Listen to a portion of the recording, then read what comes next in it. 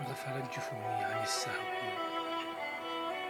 فلم تأب عيني إلا أن تقرأ بين رموشها ملامح وجهك الصبوح، رافضة رفض المتمرد أن تنظر بعد الليلة إلى غيرك.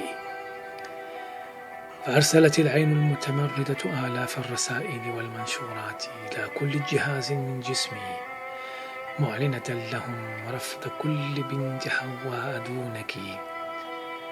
فلكم زادت حيرتي ولكم عظمت دهشتي لما فاجأني سائر جسمي الذي استجاب لدعوتها وأعلن جهارا ما كان يسره إسرارا أن لا حياة بعد اليوم، أن لا مكان بجمهورية فكري وقلبي لأنثى مهما كان جاهها ومهما عظمت ثروتها. سأطرد كل نسائي وسأحرق كل أشعاري، وسأقود لوحدي شراع حياتي، وسأعتزل الناس، وسأقهر الخناس الوسواس الذي يوسوس بنفسي ويهمس في أذني كي أنسى أحب الناس.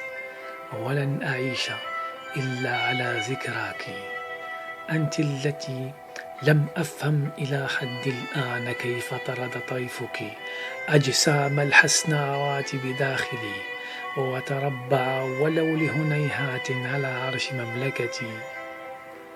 أيتها الساحرة بحديثها، أيتها الناعمة بأنوثتها، أيتها القوية بضعفها، أيتها الذكية بشذاذتها، أيتها المتناقضة الشهية البهية الطفلة العابثة الساخطة التقية الورعة، إنني لن أنساك ولن أهوى امرأة سواك. أنا المغرور، أنا المستهتر، لكنني أنا الطفل، أنا العابث، لا لأنني أنا لكن لأنك أنت.